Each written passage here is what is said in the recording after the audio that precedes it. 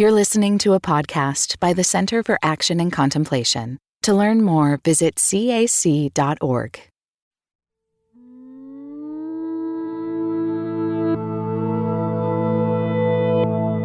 We all have ancestors in this struggle who want a more compassionate, a more humane America. And we can point to them in all of our communities. There are all kinds of folks who have held on to, this fugitive vision of what the U.S. can be. And so that's exciting for me. Also, frankly, it's hard. It's hard work.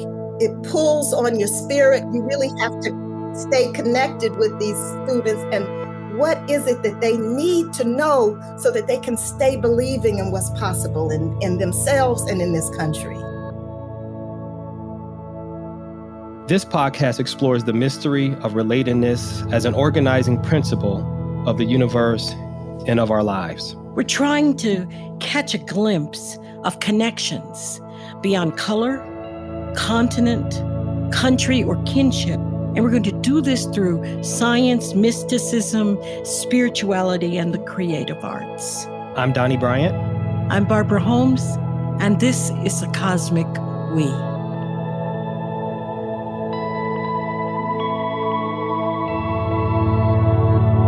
Our guest today is Dr. Rachel Elizabeth Harding. She is Associate Professor of Indigenous Spiritual Traditions in the Department of Ethnic Studies at the University of Colorado, Denver. A native of Georgia, a writer, historian, and poet, Rachel is a specialist in religions of the Afro-Atlantic diaspora and studies the relationship between religion, creativity, and social justice activism in cross-cultural perspective. She's a Cave Canem Fellow, holds an MFA in creative writing from Brown University, and a PhD in history from the University of Colorado, Boulder. Dr. Harding is author of A Refuge in Thunder, Candomblé and Alternative Spaces of Blackness, as well as numerous poems and essays. Dr. Harding's second book, Remnants, a memoir of spiritual activism and mothering, combines her own writings with the autobiographical reflections of her mother, Rosemarie Freeney Harding. And it's all about their family history and the role of compassion and spirituality and African-American social justice organizing. Dr. Harding is an Abomi elder initiate in the Terreiro de Cobre Candomblé community in Salvador, Bahia, Brazil, where she has been a participant for 20 years. It is so good to see you, Dr. Harding. Welcome. Thank you so much. It's my pleasure and my honor to be with you all today.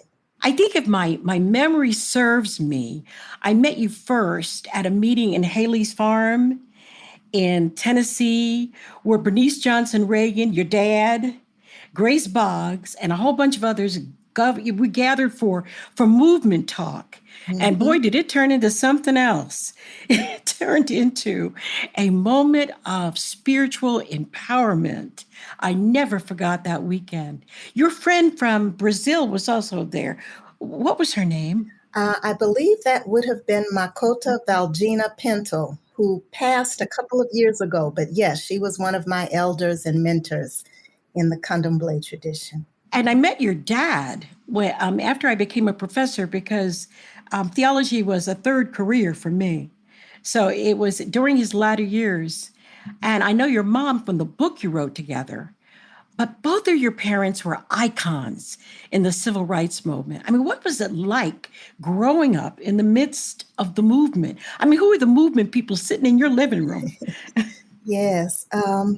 Well, sometimes it's hard to know how to answer that question because, of course, my childhood is the only one I had, so I don't have a lot to compare it to. But I certainly am aware and became aware, I would say, by the time I was in my late teens and early 20s, and certainly by now in my late 50s, I am aware that my parents and their comrades and colleagues and extended family raised me and my brother and a number of the cousins who lived with us at different times in a very special kind of environment. It's one that, as I think about it now, I think of in terms of a certain energy of fugitivity, that these were people who had experienced and, in fact, had helped to create a moment in the history of the country that was allowing some new possibilities, some very depthful and expansive possibility for multiracial democracy, for new meanings of the human in the US context. They were a part of that, and they believed so strongly in the potential of the country to be a good, compassionate, just, inclusive space for everybody who lives here, that even as the elites of the country began to be afraid of what this would mean, my parents and the people who they built community with held on to this vision and held on to ways of living with each other, helping when folks needed, sometimes to send their children to us, or my mom and dad sent us to other people. So, Bernice Johnson Reagan, of course, is one of the first people that I remember, because she and her family lived on the first floor of a house at 201 Ashby Street. The house no longer exists in Atlanta, at the corner of what was Ashby and Fair. I think the names may be a little different now. But I remember hearing the sounds of the groups that predated Sweet Honey in the Rock. Bernice, of course, had been singing all of her life, and she had movement groups. I'm trying to remember the name, but it'll come to me. But I remember them singing and the sounds of the songs coming up through the floorboards. And so those were some of my earliest memories. And then, of course, lots of movement people, the Moses family. When we got to Philadelphia, Sonia Sanchez and her sons. So there were lots of people who were involved in the Southern Freedom Movement, in the Black Consciousness Movement, in the Black Studies Movement, who became very close colleagues and family members, and kind of extended family to me and my brother. Yeah, what's interesting is that even though there were different ideologies in the Black consciousness movement, that there was this connection. I mean, from H. Rap Brown at the West End in Atlanta to King and his cohorts, even though you weren't speaking the same language, there was a sense of neighborhood and community between you. Oh, absolutely.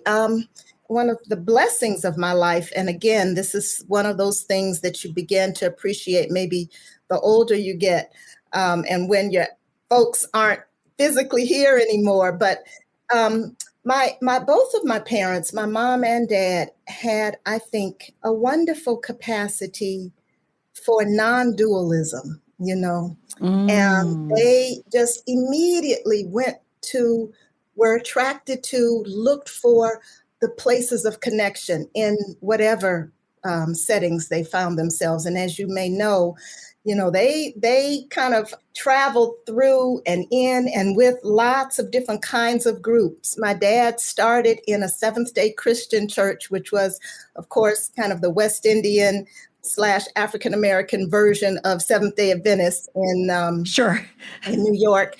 My mom grew up in a family where there were a lot of different Black Protestant tendencies, but the heart of her religion was what I like to call kind of an indigenous Southern African-American mysticism that's kind of grounded in Black church understandings, but includes attention to many things that I later found were very much connected to other Afro-Atlantic traditions, like attention to dreams and signs, the importance of music and movement and hospitality. Okay, so these are, this is where they started, but then they met in the Mennonite church in the late 50s. When they were two of the few African Americans in the Mennonite church, and they came into the Mennonite faith at precisely the time that both the Mennonites and the nation were really trying to figure out, what does this racial justice stuff mean? What does it mean for the institution? What does it mean for the nation? And they then were able to convince the Mennonite Central Committee, the kind of the service arm of the Mennonite Church, to sponsor them to essentially have a movement house, a movement base in Atlanta, the Mennonite House, which was the first interracial social service agency, we think, in Atlanta, certainly the first one in Mennonite circles and the first one run by Black people. And it became kind of a movement gathering space and retreat space and conversation space where people, Dr. Barbara, from precisely these various parts of the movement would come and talk. So people from SNCC, people from SCLC, people from CORE, the Black Muslims, folks from the HBCU campuses would gather and have conversations about, as my mom used to say, what kind of country it is that we want to create. Because of course, you know, in the early 60s, mid 60s, this is what people were understanding was possible now, that we could really rethink what kind of country we would have. And so those were some of the kinds of conversations that they helped host and participated in. And then, you know, once the movement began to, well, specifically after Martin Luther King's assassination, when all kinds of other energies were moving in the country, first, just this tremendous grief and rage within the African American community, and our sense that, you know, we have given you our best. And this is the way the country, you know, responds. You know, folks were like, okay, well, all bets are off and we got to find some other ways to respond to this. So, and then at the same time, they were all over the North and the West, you know, Philadelphia, New York, Chicago, Detroit, LA, Denver, you know, every city in the country at that time. I know this is a little parenthetical, but it's one of the things that I'm just fascinated about, how Black creative, political, arts, community organizations were just flourishing everywhere. I'm sure, Dr. Barbara, Yes. You remember some examples from where you were living. And so because of my dad's connection to the Institute of the Black World and his work in the founding of African American Studies, they were just moving all around the country, meeting and talking and planning and working with people who were trying to look at what kinds of educational changes, in addition to, you know, artistic, political, other kinds of things. And then, you know, they got involved when we moved to Philadelphia with the Quakers and with a number of the peace movements and the labor movements and the women's movement and the gay and lesbian rights movements. And then moving out to Denver, connected with Chicanos and Native Americans who were here. So my folks just, you know, were involved in all kinds of creative, compassionate explorations of what another kind of America could be in the mid and late 20th century and the beginning of the 21st. I mean, they created such fertile soil for the next generation. It's really amazing.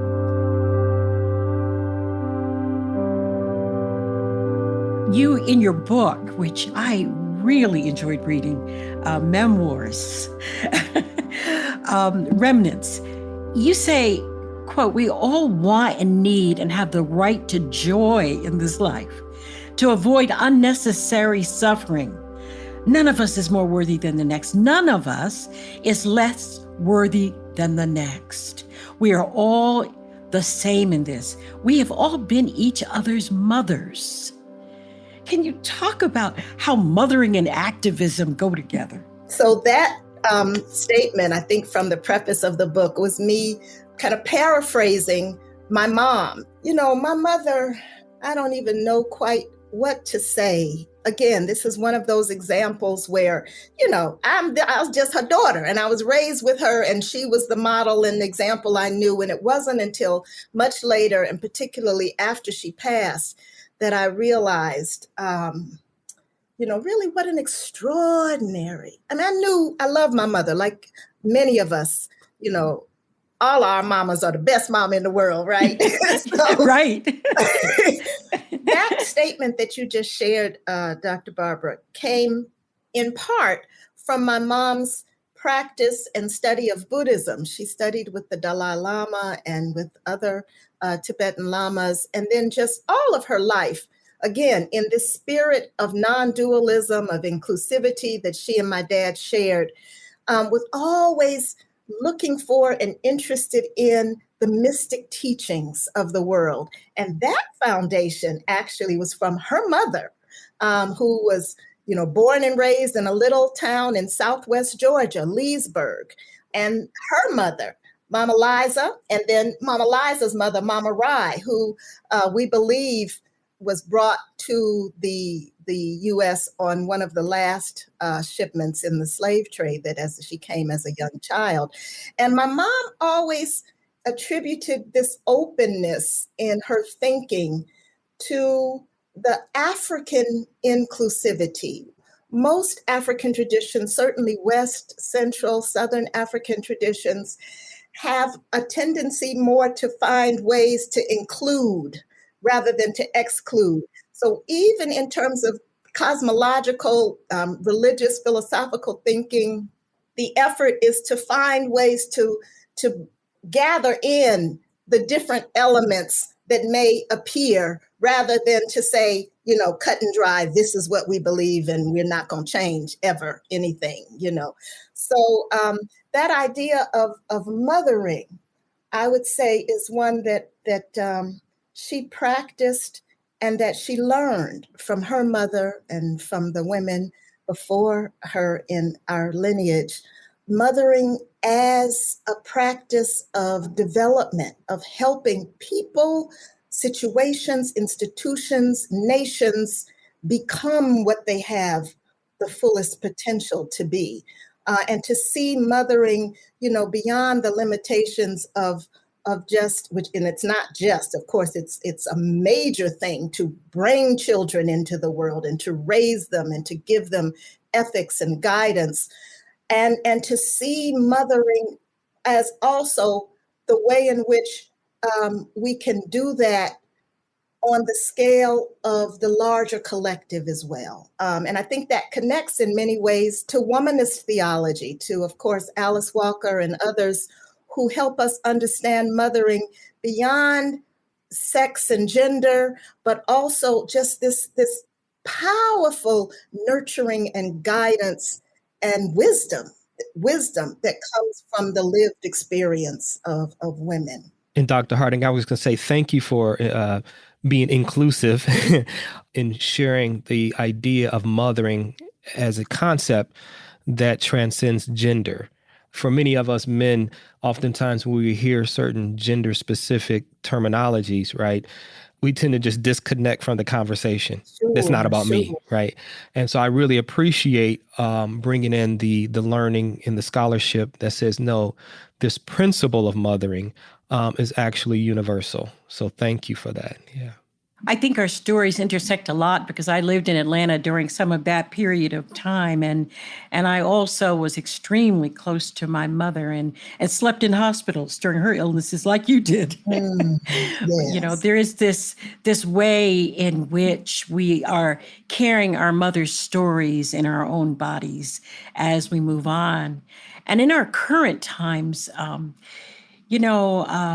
it's very clear to the world that this nation no longer gets along with its fellow citizens.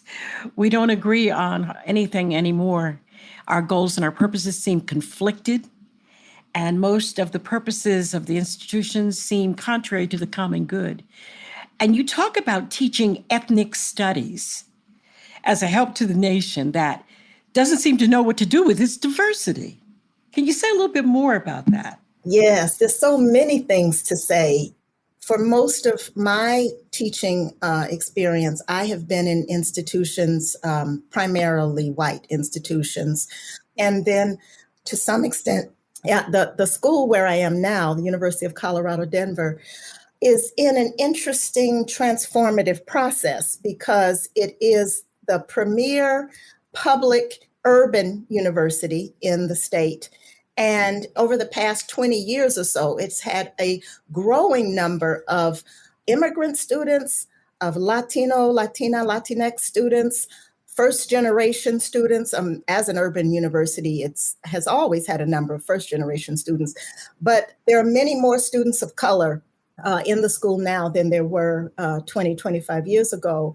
One of the beautiful experiences for me of teaching at the University of Colorado, Denver, is coming into contact with students who, whether they are newly arrived in the US or whether they are from families, whether Black families or white families or Native families or Asian families or Latinx families who have been here for a while, they are at a point in their lives, and as you said, Dr. Barbara, living in the context of a country with, I think in some ways where the schizophrenia of the nation is highlighted. We've got this rhetoric around justice and rights and democracy and et cetera. And we have a history and a present that points to some very different directions. And the students are saying, so what's really going on here?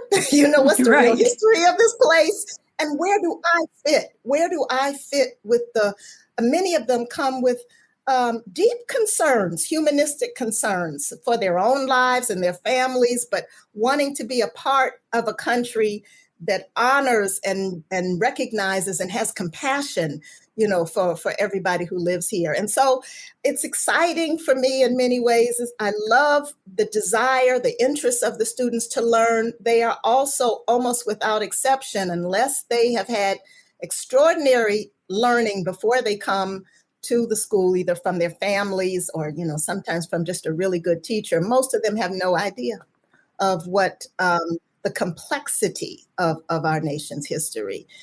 And for white students, often there is this process of having to both come face to face, maybe sometimes for the first time in a classroom setting in their lives, with looking at what white supremacy has wrought, in the nation. And so in those cases, I pay very close attention, both for their sakes and I think for everybody's sake, to highlight the white folks in our history who have had another vision of what the country could be, who have had a more humanistic, a more inclusive vision. So, starting from the Grimke sisters and John Brown, up to Ann Braden and, folks who have been in support of Black Lives Matter. It's invigorating for them, and again, for everyone, to know that we all have ancestors in this struggle who want a more compassionate, a more humane America. And we can point to them in all of our communities, in class groups, in gender groups, in regions, in races. There are all kinds of folks who have held on to, this fugitive vision of what the U.S. can be. And so that's exciting for me. Also, frankly, it's hard. It's hard work. It pulls on your spirit because it's not the kind of work that you can just just go into class, do the lecture, and then that's it. You really have to stay connected with these students and what is it that they need to know so that they can stay believing in what's possible in themselves and in this country,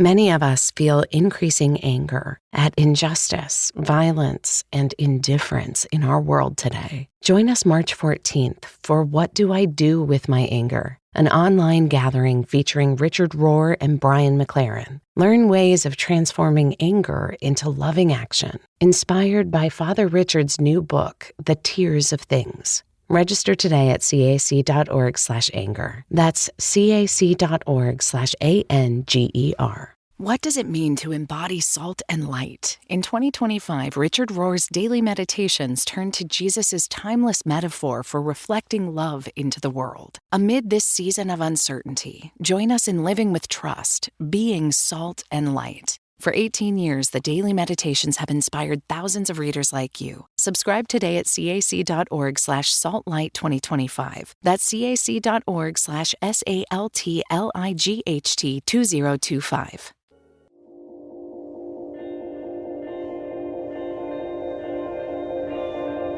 Your parents were working and seeking justice during an extremely dangerous time.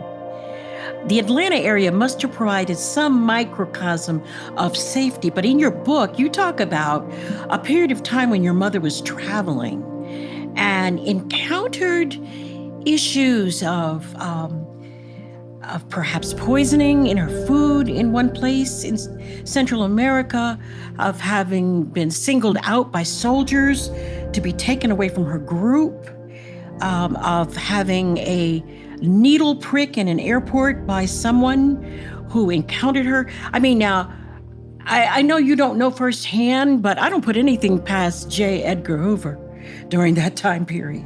And I know your parents were under surveillance by the FBI and others.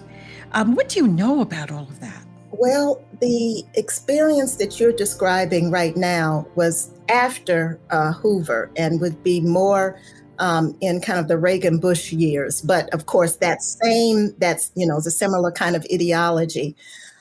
I'll start earlier. You're right. In Atlanta, as a child, in the midst of the Southern Freedom Movement, there was a tremendous amount of just loving support, groundedness. I'm very, very grateful that I had that as my beginning space. And at the same time, because so many people were being killed. And, my parents as activists in the movement were very much connected to folks who were being disappeared, who were losing their lives. And as a little child, I remember Martin Luther King's assassination. I have this image of myself standing in front of the window, the second floor of this house where Bernice and her family lived on the first floor, and looking out and seeing the grayness, like a cloudy day, maybe a slightly rainy day. I don't remember if that's actually what the weather was like, but that was the feeling that I had. I remember feeling very alone, at that moment. I also know that my dad took me to the viewing of his body, which I believe was at Sisters Chapel at Spelman.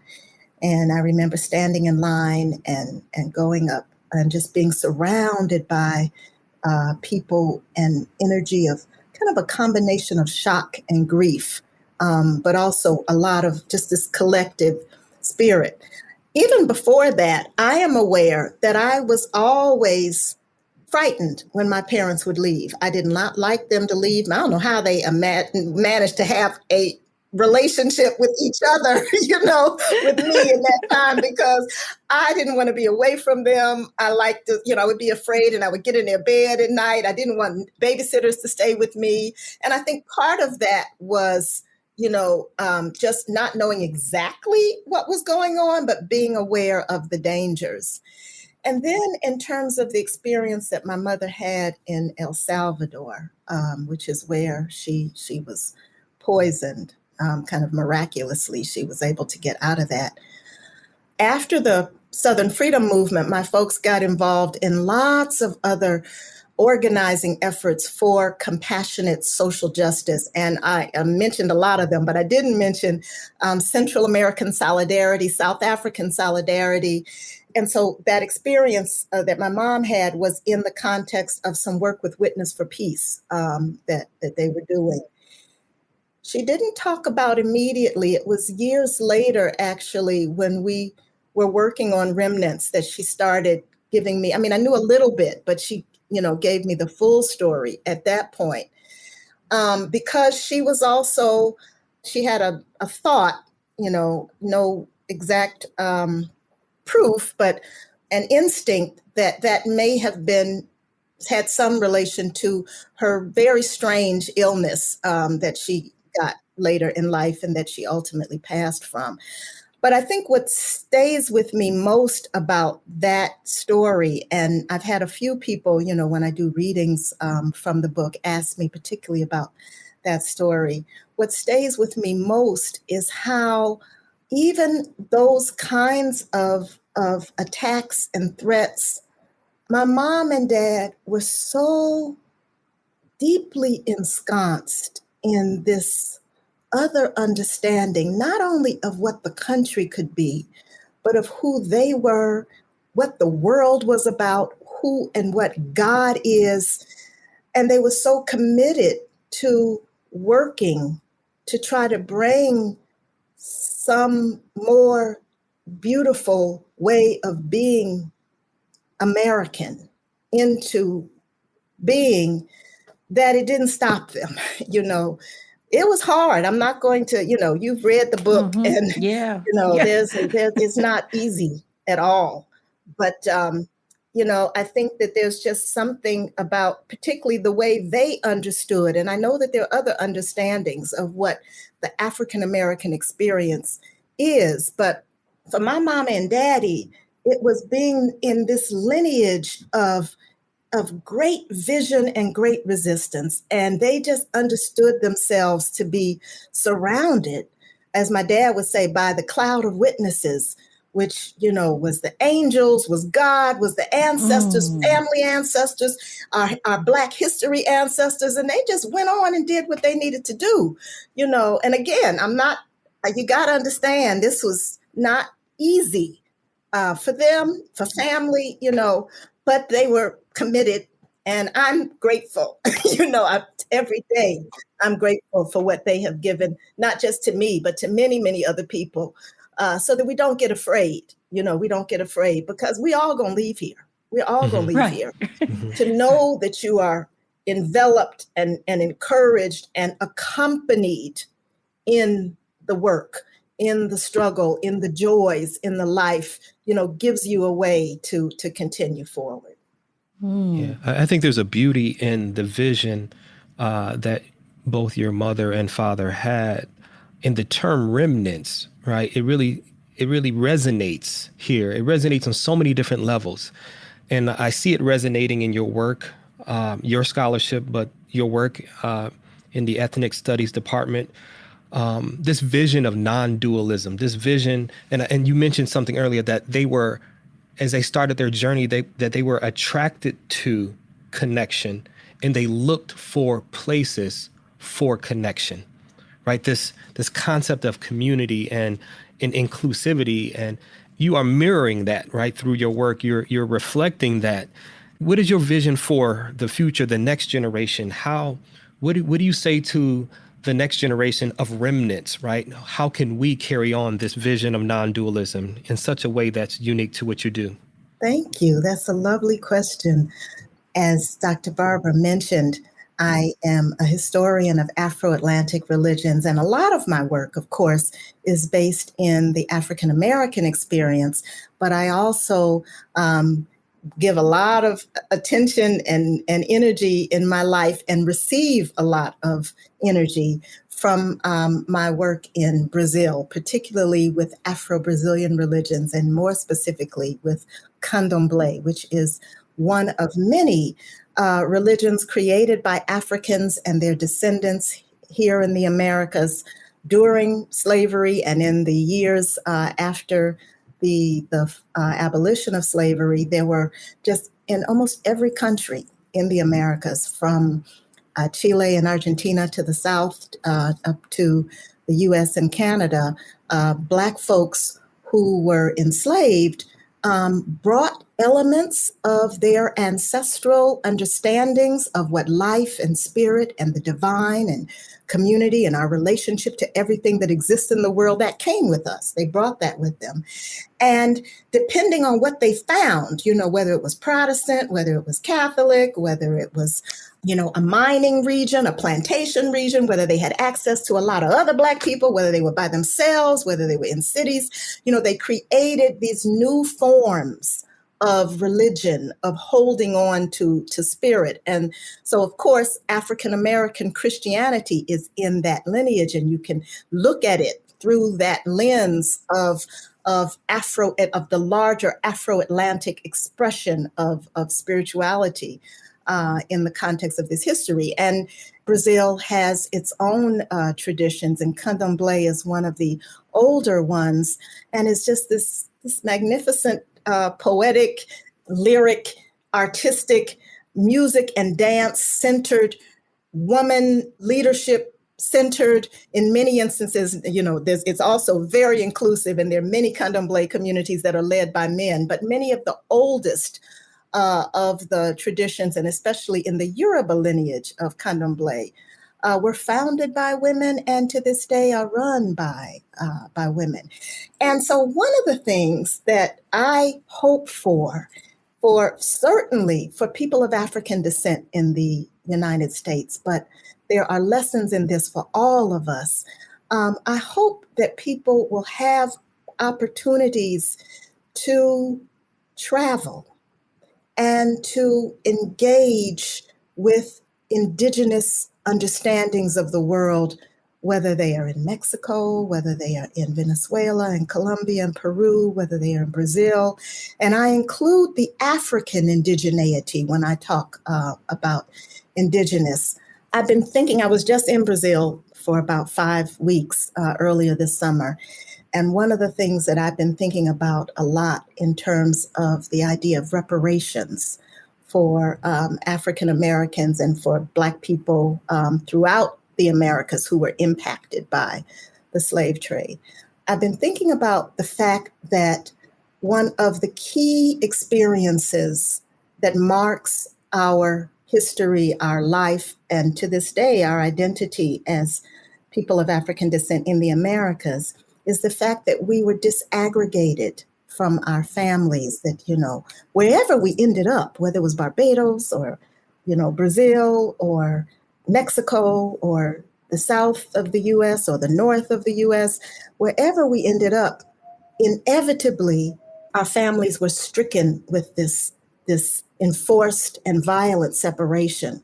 And so one of my dreams for a meaning of reparation is for Black folks to be able to find family again. And I mean, not just the searching that we're doing within the confines, for example, of the US, looking on ancestry.com or doing the DNA work, but being able to go to Jamaica, to go to Guyana, to go to Salvador Bahia, because in my experience, those travels have been a mnemonic device. They have been a way of remembering. I would not have been able to write Remnants. My mom and I would not have been able to have the conversations around African American indigenous spirituality, the mysticism, the mothering, if I had not been to Brazil. Because it's not that it's not there in our culture, it's there, but I wasn't able to see it until I had been with the women of Candomblé. And I said, wait a minute, this looked like my grandmama's kitchen. This sounds like the conversations I had with my mom and my aunties, and conversations that Black women, they have with their sons too. We have them in Black families, but we often don't have them outside of family context. Like the way we pay attention, there's always, in my experience and in my generation, your listeners can tell me if this is different for younger people. But for my generation and older, there's always somebody in the family who, when you have a dream, you can talk to about what that means. As African Americans, a lot of times we don't think anything of that. No. But that is an essential element in Afro-Atlantic spiritual traditions in ways that we understand the wisdom that the universe is trying to share with us. You find that everywhere, in Santeria in Cuba, in Voodoo in Haiti, in Candomblé, in Winti, and we have it here. And so there are things like that, and I could give you many other examples that I did not even see, even though they were in my face, until I got to a place where the structure to hold them had been maintained in a particular way, right? Mm-hmm. So I just encourage us, we got to find the family. The cousins in Brazil have stuff that we need, and we have information and experience that they need as well. And so, part of my vision for future, it's a very specific kind of piece because it's what I'm working on, is getting us reconnected with the larger diasporic family, because there's so much wisdom about how to be human in a difficult world, that we can learn from them, and they can learn from us.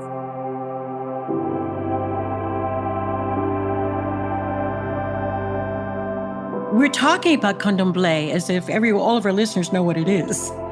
I'm not so sure that they understand what the basic tenets are, the beliefs, practices. Could you just briefly share, and what attracted you to it? Ooh, that's a whole nother story, but I'll try to be brief. So yes, Candomblé, like many indigenous traditions, if not most around the world, is a religion of reciprocity and balance. It's a religion that's grounded in West and Central African traditions, particularly Yoruba from what's now Nigeria and Benin and Togo, the Dahomey traditions, which are also in Benin, Bantu-based traditions from Central and Southern Africa. All of these, of course, were the primary places that people who were kidnapped from West and Central Africa and ended up in Brazil. These were the folks who they came from. In many ways, it's a kind of Pan-African synthesis of essential cosmological and philosophical understandings of what it is to be human in the world. And in my understanding and in my experience, central to that, as I said, is a spirit of reciprocity. So it's an understanding that human beings are here. I mean, it's like the Bantu-based and also, West African traditions have similar saying that, I am a person because of other people, that our identity as individual humans is absolutely connected to the others with whom we live, from whom we descend, and who will be our descendants. But not only other human beings, we are related to, as my elder, the one that you met, Valgina Pinto, said, to everything that God put on this earth before human beings got here. So the water that's necessary for our life, the air, the animals, the plants, the minerals, the rocks, all of these living beings, everything that has life is related to us. And so one of the things that I love about Candomblé, and again, that is shared with indigenous traditions of all kinds around the world, is the importance of ritual in acknowledging these connections. Candomblé is a religion of rituals that acknowledge our connection to each other and to the natural forces of the world and to everything that exists. There's language that talks about the energies, the various energies that exist in the universe as either orishas in the Yoruba language or inkisis in the Bantu-based languages, or in the Jeje or Dahomean languages. I'm forgetting right now, but it'll come to me. Of course, in the Vodun tradition, it's Loa, but there's another term that we use in the Jeje tradition of Candomblé. But all of them represent the divine in the world, aspects of God. And we see that in fire, in water, in earth, in metal, in lightning. So all of what people might consider natural forces in the world are understood as part of God's being, as part of the divine, as part of the sacred. And we have relationship to them. And each individual person represents a different constellation of those energies. So for example, my primary Orisha is Oshun, who is the energy of sweet water, of rivers and streams, as opposed to salt water, which is another Orisha, Iyamanja. And Oshun's energy is particularly associated with creativity and fertility, both in terms of birthing children, bringing new physical human life into the world, but also birthing ideas, birthing new connections. She is associated with abundance and with women's wisdom. And so all of the Orishas have their kind of areas of specialization or areas of focus. And all of us as human beings have different combinations of those energies. I also carry Shango. I also carry Oshala, the Orisha of peace. I also carry Oya, the energy of That's mine. transformation. Yes, yes. And all of us have different combinations. There will often, in the Candomblé context, be a particular one at your head. The others are also with you, helping you, guiding you, accompanying you in this life. And so it's a religion of community with the spirit world, of community with the created world of that God made, the plants, the animals, all that is here that together sustains life, and the community with other human beings. Yes, well, while I was on a trip to Cuba, a Santero told me that Oya ruled my head, and then went about a ritual that proved it. The mystery. Oh my. If you don't travel, your world remains small, only you don't know how small it is. It is in the travel that you begin to expand your viewpoint and your ability to embrace neighbor. You know, as Christians, we say, oh, you know, you're supposed to love your neighbor as yourself. Well, if you don't know them, it's really difficult to embrace what you don't know. I would be remiss if I didn't ask you about this mystical experience. Tell us about the light and your experience with the light. Yes. Well, again, the one that I think that you're referring to at the beginning of Remnants is my mom's experience. So again, she was raised in a family that, as she would say, understood that many things exist that we can't see and touch, and they are real and they impact us, and we engage with them in different ways. And she had an experience. She was the youngest of 9. One of her older brothers, Uncle Bud, was her favorite older brother. And he was also someone in the family, you know, as I, of course, didn't know him, but, you know, just remembering stories, her stories and other family stories about him, was just a very gregarious person, had a lot of energy, was very protective of the family, someone that everyone loved. When she was about 12, he was killed in a barroom fight. And she says she remembers getting the news. This time, would have been in the early 40s. Our very big extended family, who had all, like many of us in the U.S., you know, Black folks had migrated north to escape the terrorism of the white South. And so we had a huge family, extended family of aunts and cousins and everybody was coming over to the house. And my mom remembers going into a room to just lie down and rest. And she saw at a certain point her brother, who had passed, come into the room and stand at the foot of her bed and just tell her, you know, it's going to be all right. Everything is okay. And she remembered that experience and carried that with her all of her life. And later, when she was about 21, she had another experience in her bedroom of seeing a light.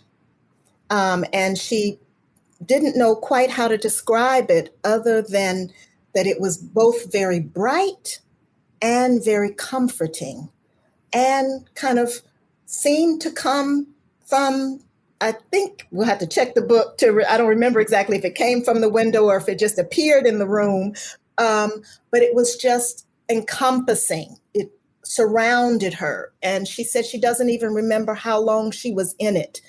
But by the time she became kind of aware of herself and the light wasn't in the room anymore, she says she just felt like she was changed. And she started at that point. She said she knew it was some kind of special or spiritual experience, but she didn't have the language for it. She wasn't someone who, you know, went to church regularly at that time. So she started looking for a way, a practice, a structure that would keep her connected to what she felt from the light. And at that point, as she puts it, the person that she most admired and who she thought, was the best example of a person living a spiritual life was her older sister, my Auntie Alma. And Auntie Alma had recently joined a Mennonite mission church on the west side of Chicago. And so my mama started going to church with her sister.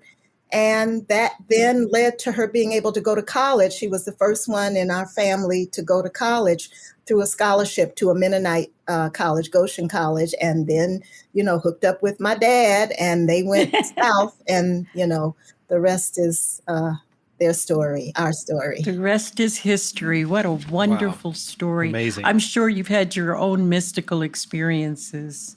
Yeah, quite a few. I'm glad you brought that, the story, the history of how because I was going to ask how your mom and dad met in a Mennonite church. And again, this concept of, non-dualism just keeps coming up, right? And yes. And I think this is the way, in the book of Acts, there's this terminology used of the way, right? And maybe our culture and our institutions, maybe we have just, for whatever reason, self-centered, self-absorption, oppression, whatever the motivation, greed, we have architected something that is an alternative to the way. And maybe there's a simplicity, maybe there's a wisdom in what the message, there's kind of a scarlet thread, and even the journey that you're taking, that your parents took. There's a scarlet thread that to me resonates, and it's a universal resonation. There's a cosmic resonation here. There's a vibration here that I think we're all being drawn to. And maybe there's an opportunity just to listen, to hear, right? To rest in a sense in what this means to all of us. And I'm inspired because as I hear the consciousness, the awareness, the concern for the common good, the desire to heal, the desire to participate in a cosmic wholeness, right? A restoration of that which is good. That is something that we all should be drawn to be attracted to. And so there's some great wisdom here, not just from an intellectual standpoint, but just from a human, just from a being, from an existence standpoint, right? And it's beautiful. And I think the fact that your mom was the first generation to go to college at Goshen and met your dad there, and they were inspired by mission-oriented people who saw something for the greater good, the common good, and wasn't just about trying to make people saved and go to heaven, but it was about trying to make heaven here on earth. They're trying to, reproduce something here. And I just think that is something that's beautiful. And thank you for that. Oh, thank you. Thank you. I just want to correct just one little piece. My mom and dad didn't meet at Goshen. I'm sorry if what I said suggested that. But because Goshen was a Mennonite institution, and so my mom kind of came into the Mennonites through that way, and my dad came in another way, and then they met. But absolutely, it was because of the Goshen experience, put her in the circle of Mennonites. And thank you so much for that. What you just shared, Dr. Donny, made me think, if you all don't mind, there's a short, it's the very beginning of the preface of the book. It would take maybe a minute to read, but it I think is an encapsulation from my mother's perspective of exactly what you were saying, Dr. Donny. If I might read it, would that be okay? Oh, please. Absolutely. We'd be delighted. There is no scarcity. There is no shortage. No lack of love, of compassion, of joy in the world. There is enough. There is more than enough. Only fear and greed make us think otherwise. No one need starve. There is enough land and enough food. No one need die of thirst. There is enough water. No one need live without mercy.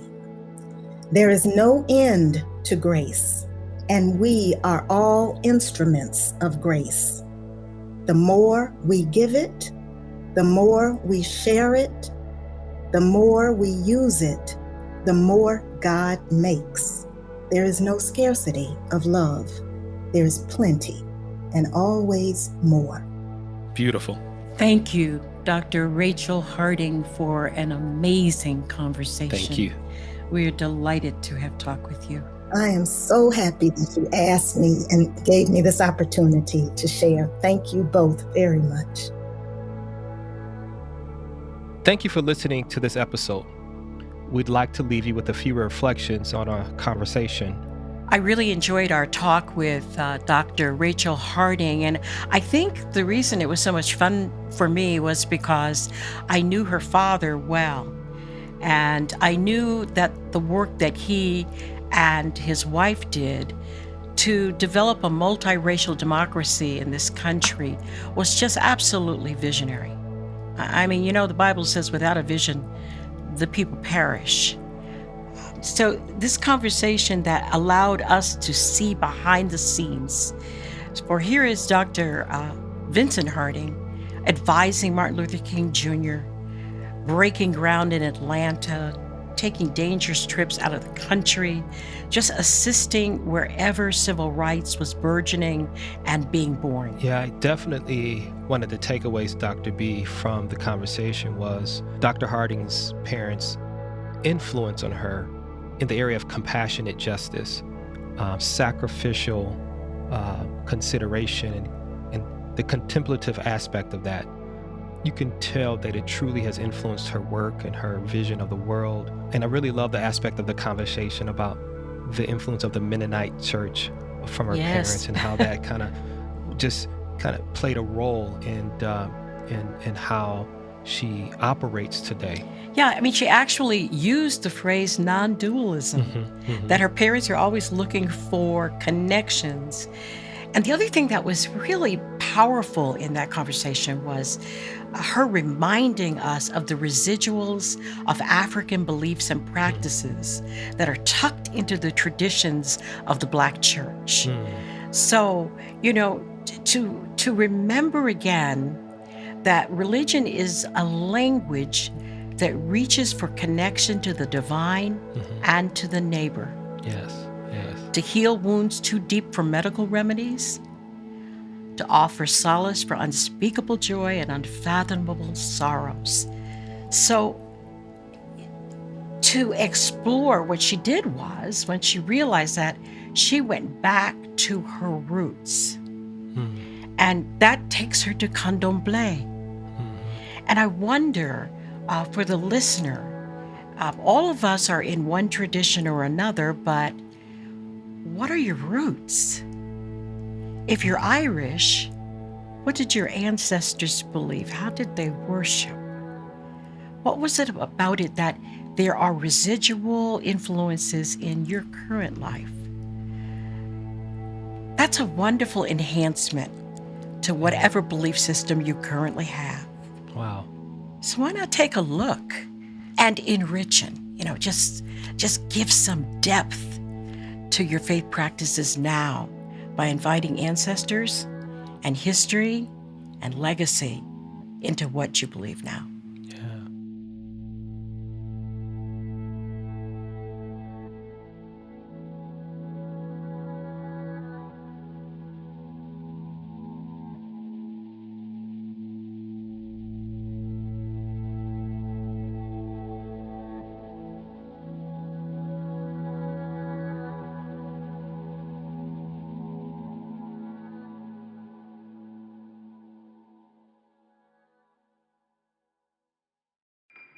Do you feel called to walk a more contemplative path? The Center for Action and Contemplation is an educational nonprofit supporting the journey of inner transformation. Our programs and resources will help grow your consciousness, deepen your prayer practice, and strengthen your compassionate engagement with the world. Learn more about our resources, such as publications, podcasts, email series, and events at www.cac.org.